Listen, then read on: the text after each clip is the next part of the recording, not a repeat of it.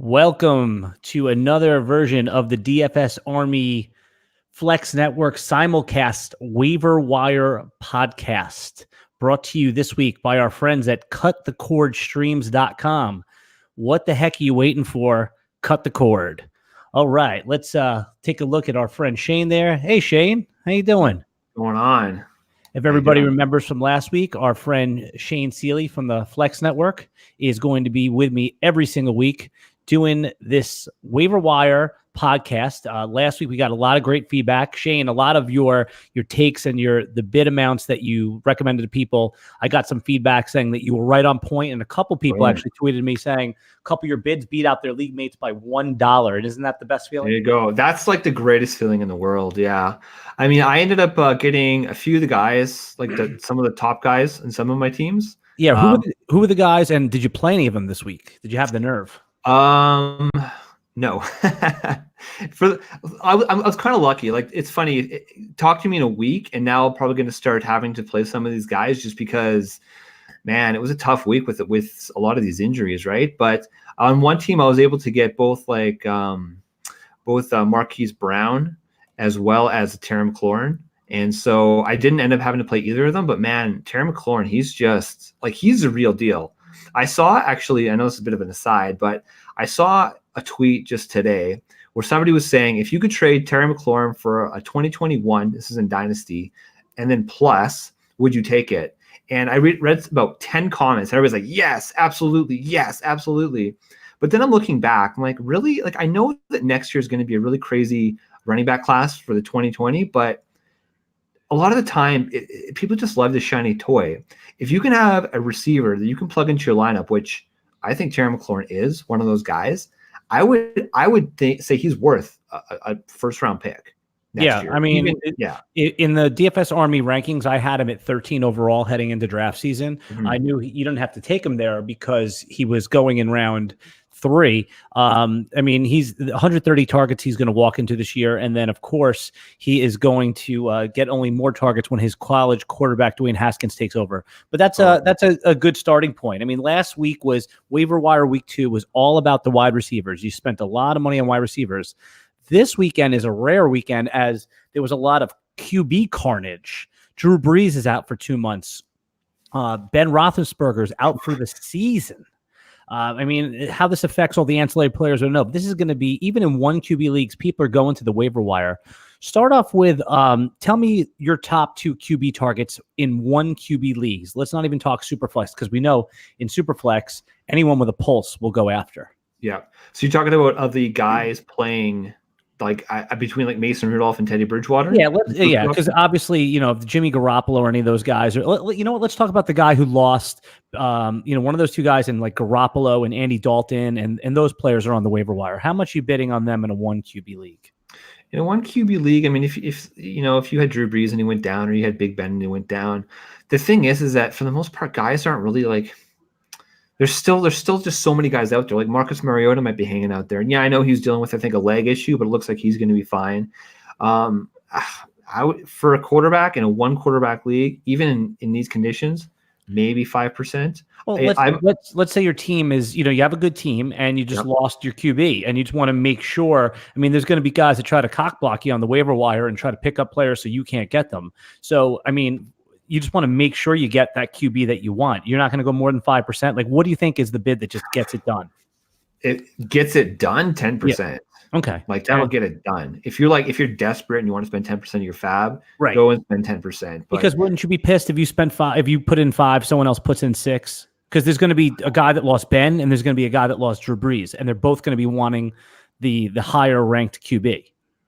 No, I hear what you're saying, but I mean, like a Case Keenum might be floating out there. Hell, a Gardner Minshew might be floating out there. Joe Flacco, like, so there's still options. And are we going to just lock in Teddy Bridgewater and Mason Rudolph, saying that they're de facto going to be difference makers for your team?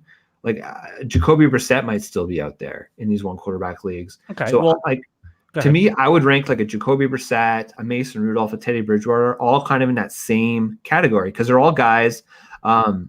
Other than Mason Rudolph, but he's not a rookie, even, like he's got a year under his belt, where, these guys have a little bit of experience in the league. All 3 of them have, frankly, very good offenses, right? So they're stepping into good situations, unlike say like a Trevor Siemian who, you know, there's just a lot of question marks still, I think, with the Jets offense. A lot of people thought that they might be like a wild card team, but they're not. So honestly, Al, like to me, top end 10%. Look, I had Jameis Winston last week in one of my leagues. Now, granted, it's only a 10-team league, and these guys are all pretty experienced. So for the most part, I'd say, you know, 12 quarterbacks maybe were drafted, right? I was able to go and get Dak Prescott for $0, a $0 bid. Yeah, I mean, you know, it's funny. I was just talking about Dak with somebody today. I mean, and I don't want to get too off kilter here because we want to try to bang this out. But Dak Prescott, if we redrafted today, I think is QB4. Aaron Rodgers does not look good in a couple of years. So, but yeah, in those 10-team leagues, they should be ready, available. Now, just quickly in Superflex, if you've lost one of these guys and Mason Rudolph and Teddy are there, what are you bidding on these guys? Every QB is off the, you know, especially. I'd probably be going 15 to 20% at least. It depends. Yeah. If I only had 2 quarterbacks in the Superflex league, I'm going 30 to 40%. Like, because you cannot survive in a Superflex league not playing a quarterback in that flex spot. So if you only had 2 quarterbacks and this guy's going to be in your starting lineup, you have to get one of these guys. Now, if you had a guy on your bench, like maybe you had a Gardner Minshew, or maybe you had like a Marcus Mariota or something like that, then you're in a little bit better shape, right? Because you're basically just picking this guy up as a backup / for bye weeks, in which case I'd probably go 15 to 20%. But, you know, if you're desperate, you get that quarterback in there. Yeah, I think in Superflex, you got to go a little heavier to get those guys, but every league is different. So you have to adjust the seasoning to your league because you know the room. Well, would you go more than 30, 40? I mean, it depends on the room. You know, like you said, if I was someone that only had, if I had one QB, I mean, you got to do what you got to do to get them. If you have 2 and you want some insurance, I mean, the other thing you could do in one QB leagues, if a lot of time in one QB leagues, you can't even trade quarterbacks, but chances are, if you have Lamar Jackson, you took him in the 8th to 11th round. So you have a quarterback that you took ahead of him. So I would, this point is where you could dangle the other guy to another team. Sorry, in Superflex leagues. You know, so this is the point where if you have a little extra, you know, if you have the guy with 4 QBs, this is a time you can really profit on a running back. Absolutely. Yep. Hey, right now we got our first comment. Hey, Trevor Siemian is down. Should I go get Falk?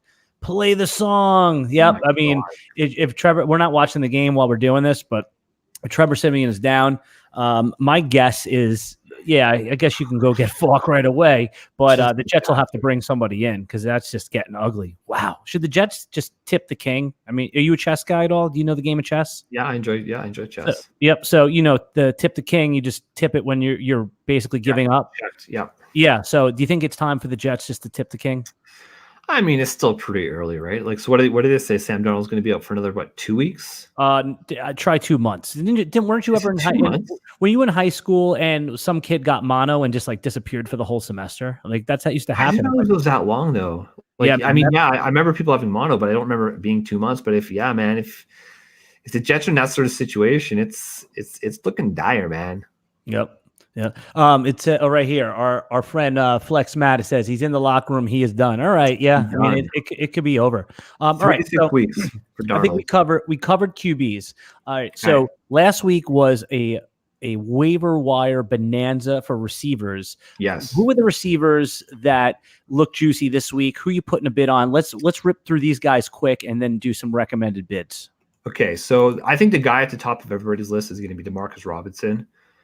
He went off. He's still available he's only owned in 7% of leagues, according to Yahoo. And what percent? 7%? 7% according to Yahoo. So he's available in your league then? He's basically available. I mean, Demarcus Robinson, this is a guy that a lot of people, if you were savvy, were picking up while there's still a lot of that uncertainty with Tyreek Hill, and maybe you're drafting him late in your best ball leagues, or picking him up in your dynasty leagues. Of course, after Hill came back, I promptly drafted him in most of my leagues. But Demarcus Robinson, man, I think that he looked good out there. I mean, he put up. Let me see if I can get the stat line real quick here. Yeah, it was 172 yards and 2 touchdowns.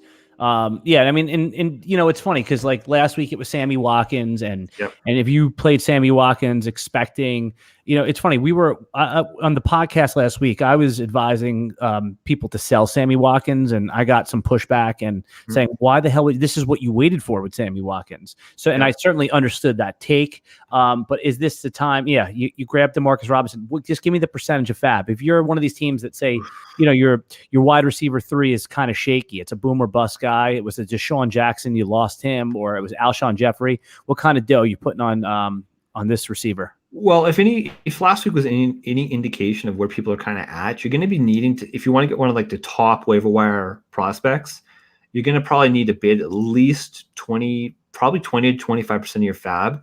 Now, there's not as much sizzle this week as there was last week, right? There's still a lot of mouths to feed in the Kansas City offense, but I think at this point, people just want to get their hands on anybody that they can get, because my God, like Patrick Mahomes, he's so good. He's just so good. How's that that on the wager I made on mybookie.com? How do you think that's looking? The 35.5 over touchdowns for Patrick Mahomes. So basically, look, I need 36 to win. I don't want to say that I word, but as long as he's healthy, let's just say that. No, that's fine. You can talk about nothing. I don't get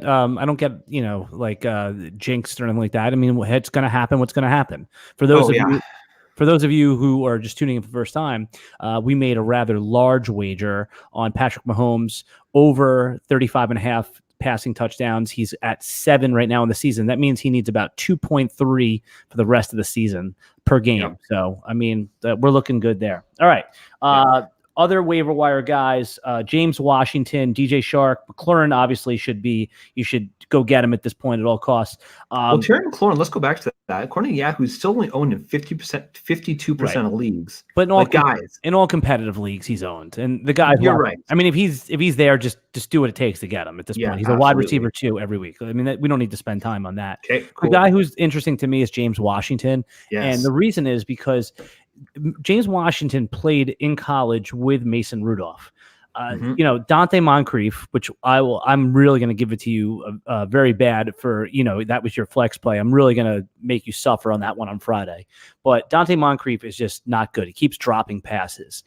He wasn't getting targeted yesterday either. The funny thing is, we got to address this right now, because I knew this was going to come. Well, I don't want to go too far off the waiver wire though. But okay, I'll let you defend yourself. This works for James Washington. This is kind of in support of James Washington. I came in on Friday and basically said Mike Tomlin was going to go back and target Dante Moncrief.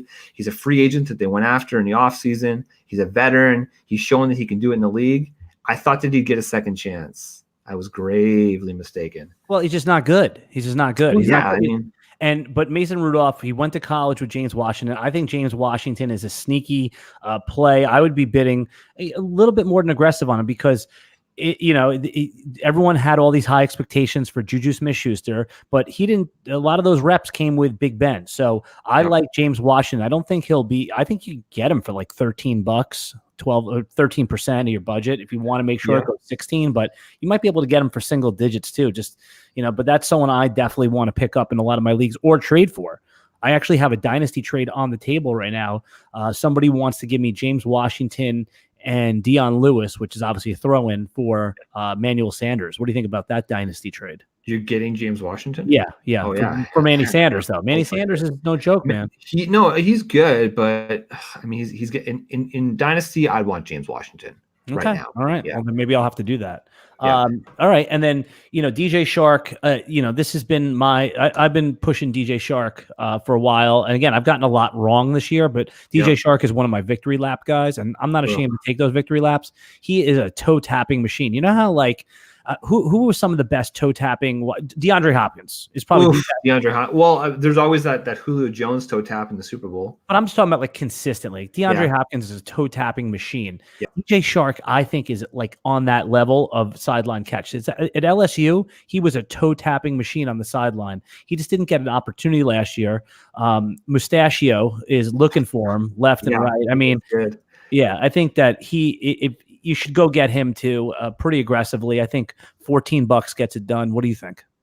Oh yeah, I think $14 will get it done. I mean, again, in Yahoo leagues, only 13% owned DJ Chark. So I think he's going to be the number one receiver. In that offense right now. Yeah, Dede. Everyone expected Dede to be the number one. He's not owed anything. Dede Westbrook is not guaranteed anything. He has no pedigree or so it's up for grabs. Well, when a guy comes in like Gardner Minshew, he's going to go after the guy he trusts, and it appears to be DJ Chark. Yep. All right. Lastly, any interest in Nelson Aguilar? Deshaun Jackson and Alshon Jeffrey went out of the game last night. Yeah. Nelson Aguilar, he took a lot of crap for dropping that ball, but the next play he grabbed he made up for it. I think he's a free agent next year. I think that if he could go on like a 3-4 game run here where he's getting you like 6 catches for 80 yards and maybe he scores. Are you putting any money on him? I think so. I'd probably go, maybe 5 to 8%, maybe like throw a couple bucks in. He's a guy that he could definitely produce for you in the next couple of weeks, really depending on what the health is for Deshaun Jackson and Alshon Jeffrey. It's actually kind of funny because just last week I was chatting with somebody and he's like, he was really wanted to get Deshaun Jackson on his team. I'm like, listen, dude, like you can go and try to trade aggressively for this guy after he put up this massive week, but it's not a matter of if he gets hurt, it's a matter of when he gets hurt. And then lo and behold, he puts up a zero burger for you. Yeah. The other guys, I'll just quickly speed down and what I'll do is you just tell me percent of budget. We'll go lightning round with these receivers. Okay. Debo Samuel, who looked amazing and is so fun to watch. Debo, I'm going 15%. I like Debo. Okay. I love Debo. I've loved lightning him all off season. Sorry.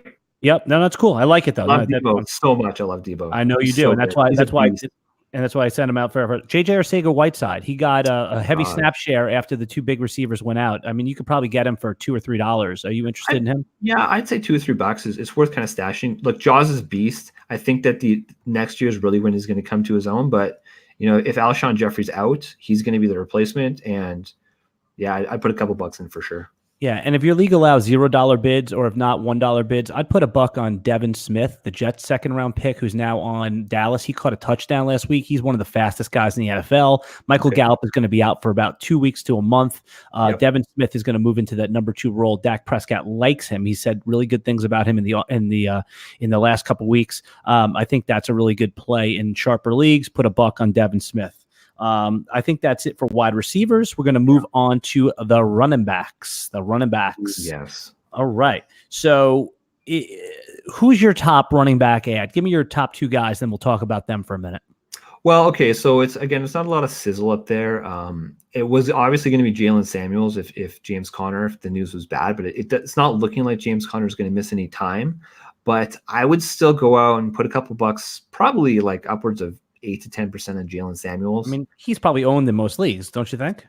Again, I just looked at Yahoo quickly, and it's only 35% of leagues. Yeah, I mean, what I bet you happened. Like, I bet you when you looked at the trend of people who drafted Jalen Samuel and then dropped him after week 1, they're like, oh, they want to go get one of the hot waiver wire targets, and they would drop Jalen Samuels. So go ahead. Yeah, I was going to say, actually, you just reminded me of a really good waiver wire strategy for the first week is a lot of guys that get dropped in that first week are better than the players that get picked up. So if that did happen, I think he's a great guy to scoop up. And just along with we'll talk about a few others like Darwin Thompson, who got dropped in a ton of leagues. So, all right, who else besides Jalen Samuel? Oh, so if he's there, I was about to say Darwin. I would say probably 7-8%. Jalen Samuels. Then you were going to go standalone value. Okay, cool. Yeah, I agree with that. I would even go a little heavier if you need a running back. If Darwin Thompson, if he was dropped in your league, the other running backs are constantly getting dinged up. If he's sitting there after he was dropped, what's the percent you're going to put on him? Let's say if you're a team that has like two solid running backs, a decent one, so he'd be like your 4th guy with some upside. What are you doing? Like 3 to 5%. 35 or 3 to 5? 3 to 5%. Okay. Again, see, here's the thing, right? Like ultimately, Damian Williams and LaShawn McCoy are still they're still healthy. They both got banged up, but they're still healthy, right? So ultimately, he's going to be the 3rd running back. So unless you're in a comfortable position where you have this extra spot on your bench and you want to pick him up, you could probably spend maybe 5 to 8%, but at this point, you probably are battling injuries on your team, right? Most teams already have to deal with that. So you don't necessarily want to go drop a bunch of guys. So you might not have a lot of room on your bench, but if you've got room on your bench, maybe 5 to 8%. Yeah. The running backs, if you're in trouble at running back, if you just got destroyed at running back and you're just like scrambling for starts, I still like the San Francisco duo. I think Yeah. Raheem Mostert is worth a real solid bid. Yep. He did a ton of work through with the passing, and Jeff Wilson scored 2 touchdowns. I'd be a buyer beware a little bit there. He's still the third guy. He did get in the end zone a couple times, and we're about to talk about. We get ready to play the song again. Dude, Frank Gore with Devin Singletary looking like a hamstring injury. Frank Gore's back in play. If you may not even have to bid more than $8 to $12 to get him, and if you're really desperate, I think that's a really interesting play. Yeah, it's a safe play. If you're the Aaron Jones owner, do you go get Jamal Williams now for $1? I mean, that's what I was thinking. Jamal Williams got in the end zone this week. He looks good. Aaron Jones had a great week, so no one's thinking about Jamal Williams. And if he is injury prone, Aaron Jones is. So that's a good sneaky dollar guy. Any other running backs stand out to you? Well, he's probably owned, but it's just worth mentioning. Carlos Hyde. Maybe people were slow; they didn't buy into week 1. It's starting to look like he was catching passes as well. So I think that if he's available, now that I think about it, he might be the number 1 waiver wire target. But he's owned in about half the leagues, so he's probably not available if you're in a sharp league. But just go have a look. It might be worth targeting him. Yep. And if he is there, how much? I'd go 20 to 25% of my budget. I'd say he'd be the top running back because he's getting touches. Rest of season, would you rather have Carlos Hyde or Duke Johnson? Straight up in a PPR league. Probably Carlos Hyde. Okay. The way that you're using him. Plus he's catching passes, probably Carlos Hyde.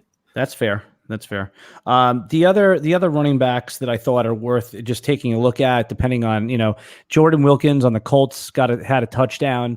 Again, I don't, only in the deepest of leagues could he put $1 or $2 on him, or if you're totally desperate. Chase Edmonds almost became the all-in play. David Johnson went out for a minute. We all were excited about Chase Edmonds.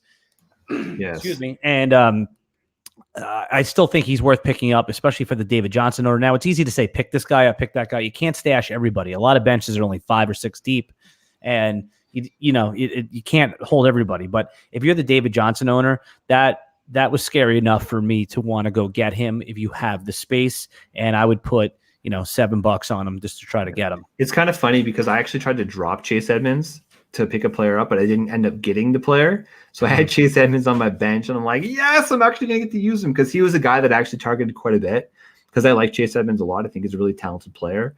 And if David Johnson ever went down, I think that he'd be a guy that could have a lot of fantasy value.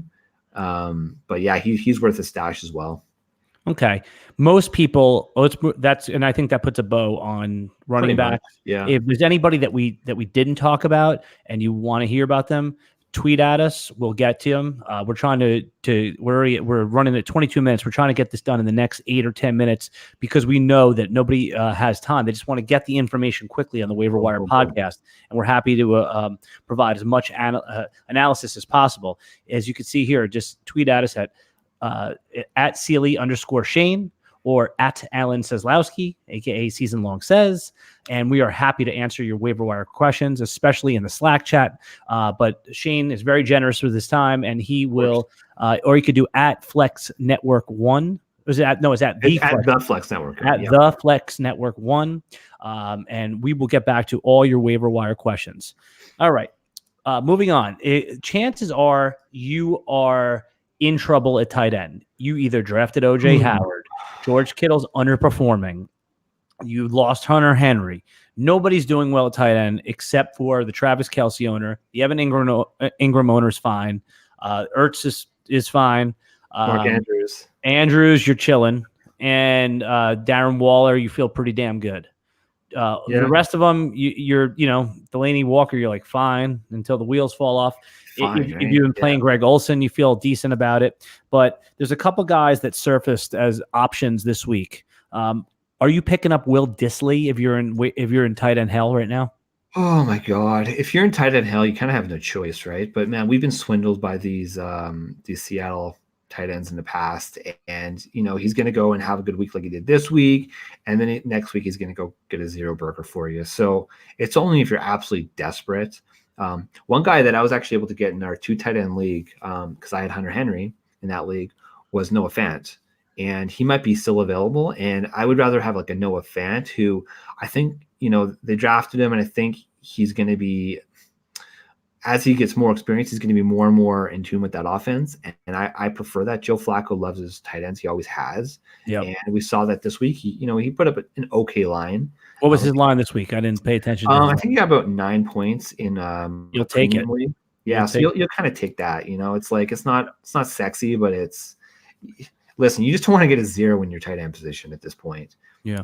Well, for the second week in a row, Mr. Broadcast Booth himself, Jason Witten's got in the end zone, and to his credit, he didn't lose any of his speed, but to his dismay, he never had really any speed to go with. You would think after he got back from the broadcast booth that he would be slowed down. He looked exactly the same, which again is a credit to him, but also saying it's just funny how slow he does look out there. Jason Witten certainly is worth a few dollars if you need tight end. And if you're in some sort of tight end premium league where the tight ends just get scooped up, he's worth a double digit or, a teen level bid because there's really nothing out there. Yeah. Any other question? Just kind of since we're talking about tight ends, rest of the season, would you go out and try to target OJ Howard? Do you think this is a guy, like, are we just going to completely throw the analysis from all the offseason, his talent just out the window and just say, hey, he's going to be a blocking tight end? He's not, Bruce Arians isn't going to use him. Let's just move on with our lives. So sometimes it's not just the sample size, it's the magnitude of the sample. And he had 0 targets. And we talked about last week that we care about snap share, but we also care about what those snap shares look like. Quality. If a guy's on the field for 35% snaps, but he's of those 35% snaps, he's always running routes, we're more interested in that guy than the player who's out there on the field for a higher percentage of snaps, but not running routes. I was OJ Howard. I was pushing him to all the subscribers on DFS Army, to all the Flex Network followers, and I think it can turn around. I just don't know if I'm desperate at tight end, or I better have another option. And out. Then he's going to want a tight end back. You're right, possibly. So, question for you here, David Njoku. He went out with a concussion today. If he's out, are you going to go Demetrius Harris? I mean, if you're only in the most desperate of situations, Demetrius Harris, he when he was on Kansas City, he didn't do much as a pass catcher. There's just a lot. Man. I've always liked Demetrius Harris. He's a good athlete. Yeah. I think, look, I'd like the Jason Wittens, the Will Disley's. If Demetrius Harris is available, he was already catching. I think he was targeted twice. I only watched the first part of the game because I had to get ready for this podcast. But, he was targeted twice in the 10 odd minutes that I was watching the game, and he's talented. I think they went out there and they wanted to get a backup in case something did happen to David Njoku. So I personally would, again, not a bad call. Actually, I do like the call because there was in what year is he in? Is he in like year 3 or 4? Well, he just finished his rookie contract, so I'm guessing it's probably year 4. Probably year 5. Yeah, probably at that point. So that's what you kind of want sometimes with the tight end, right? Like it's a lot of the time, like look at the Greg Olsons of the world. It's their second team where they really get their legs, I guess, in the league. And one of my dynasty leagues before even free agency and that stuff happened, I went out and I targeted him like a 4th round pick or something like that, just because I wanted to get him on my team because it was worth the gamble at that point. Yeah, tight end is really so messy. I mean, even if you were feeling good a week ago, if you had TJ Hawkinson, and it's just gone so bad. Wow. But that's the tight end position. You're right. That's what happens. I don't know if you got a chance to look ahead. Are there any defenses out there? Are you finally on board with my guys from Green Bay? Because they're on a lot of waiver wires. I mean, I told you in the beginning of the season, I was wrong on Denver so far, but I certainly was right on Green Bay. That looks like an elite defense. And I think a play every week type of defense with the acquisitions they made. Hey, you told me. I went out and got them in one of my leagues. Yeah. I think it was the Banana Hammock Boys League. Yep. You swindled me on them for sure. Yeah. So I buy into it. I definitely buy into it. I mean, ultimately, to be honest, I like to stream my defenses anyways. Me too. But if you can get one and lock them in for like right now, if you have the New England Patriots defense, are you even worried about the matchup? Like I would start them against Kansas City. Well, see, I think that's what's so deceptive about just is like these defensive special teams is that you don't want these like shutdown defenses that are going to just get like, 15, 17 points scored against them because they don't get any. You want sacks, you want interceptions, you want opportunities for turnovers. And the most likely opportunity for turnover is when the other team's throwing the ball. So you want a team like a Kansas City Chiefs who they've got a pretty, a decent defense, but they've also got a very good offense so that the team they're playing against is always trying to play catch up and always having to throw the ball. So like a team like the Patriots, yeah, I think that's good because they've got a good offense. It means other teams are going to have to constantly throw it against them. And it just opens up opportunities like 2 interceptions I guess 2 pick sixes yesterday. Yep. So the last thing, that's really good analysis. I agree with that totally. And like you said, sometimes fantasy and reality don't mesh up. You have to kind of separate the two. The last thing I was going to say that we forgot when we were talking about the waiver wire, if Chris Herndon was dropped, it might be time to start playing chicken with him. Now, I'm not sure I would pick him up this week because he probably will. And if he's in your league, he might be dropped next week because that's when the Jets are on bye in week 4. Yep. So if you are just taking it on the chin in tight end position, if Chris Herndon does get dropped, scoop him up, pay what you need to pay, because I don't think there's going to be any sort of ramp up with him. He is ready to go. If he was not suspended this year, he would be my George Kittle level breakout candidate. So, and he won't be back to week 6. Jets have the bye in 4. He's got one more game to serve in 5. So that's someone also to be on the lookout. If you're desperate, you can pick up Herndon the minute he's dropped. Yeah, I like that. I mean, he's a beast, man. He's a beast. Yep. All right, man. Well, that's a wrap. Thanks for doing this. And we're going to do this every Monday night during Monday Night Football, and we'll post it right away. We'll tell you your best pickups. Shane Seeley, tell them exactly where they can find you on Twitter and everywhere else. You can find me at Seeley_Shane, SEELEY_Shane. Or I also I moonlight at the Flex Network 1. Awesome. And then we'll just remind everybody again, our friends at Cut the Cord Streams were generous enough to sponsor this. Cut the Cord Streams is a streaming service where you can get all of the NFL package. You can get all of the live TV. They have on demand, and it is very reasonably priced. They have packages that start at $15, and I'm going to have to get you sampled with them so you can start being as passionate about it as I am. I've been a customer of theirs for quite a few months already, and they have everything you could possibly want from a streaming perspective. Cut the Cord Stream. Just go check it out. I think they're even doing a 20% off. They use the code FLEXARMY for 20% off of your first month service. So there you go. There's Cut the Cord. There's our friends at Cut the Cord Streams right there. Beautiful. You can come back on, Shane. There you go. Cut the Cord Streams. Hi. All right. All right, my friend Shane. This was awesome. We will be podcasting again on Friday. That's right. Yep. Flex Finder. Yep. So week 4, I'll be with you again on Monday for this podcast.